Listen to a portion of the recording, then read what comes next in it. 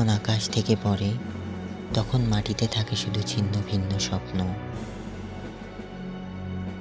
এক শিশু হাসপাতালে চিকিৎসা না পেয়ে মারা যায়, কারণ বিদ্যুৎ ছিল না।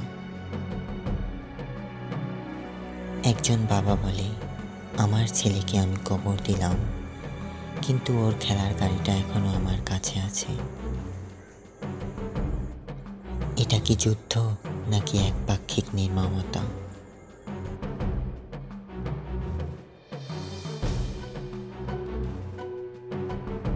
সিরিয়ায় 2011 সালে আরব বসন্তের ঢেউ আছড়ে পড়ে।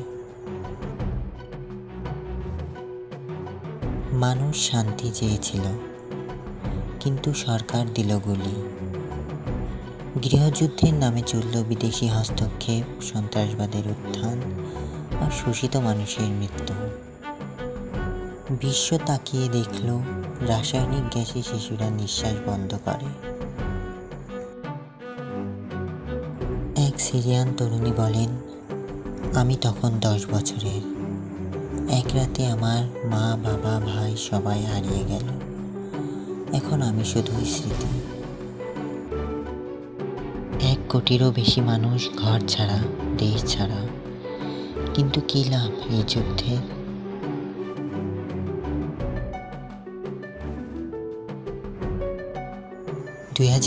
সালে রাশিয়ার সেনারা ঢুকে পড়ে ইউক্রেনের ভেতরে।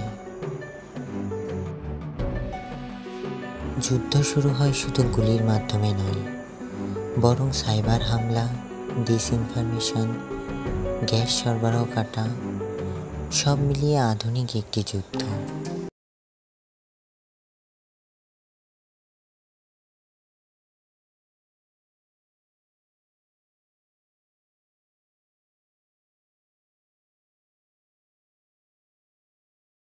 লক্ষ মানুষ পোল্যান্ড, জার্মান, হাঙ্গেরি পাড়ি দেয় বাঁচার আশায়।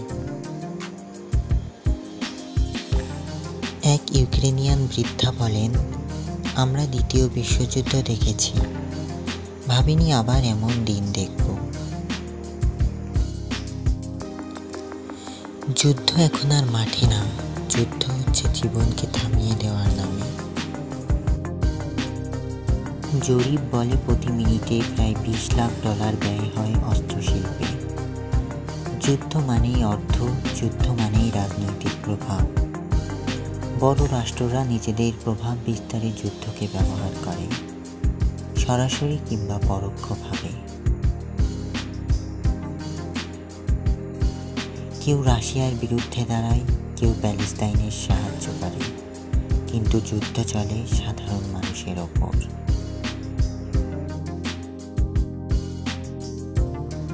আমরা কি কেবল পুতুল, নাকি পৃথিবীর জন্য সত্যিকারের শান্তির দাবিদার?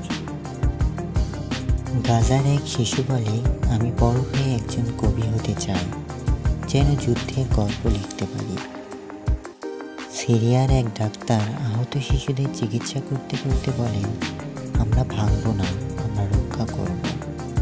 ইউক্রেনের এক শিক্ষক ধ্বংস হয় স্কুলের বাইরে ক্লাস নিচ্ছেন। ওদের ভবিষ্যৎ যেন শুধু গোলার শব্দ না হয়।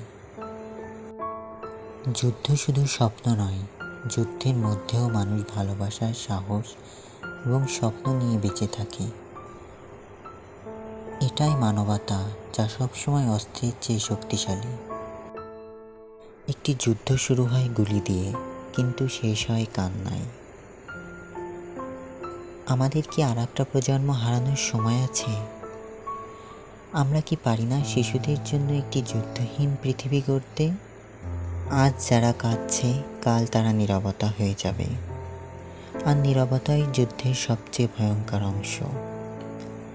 If war is the answer, then we are asking the wrong question.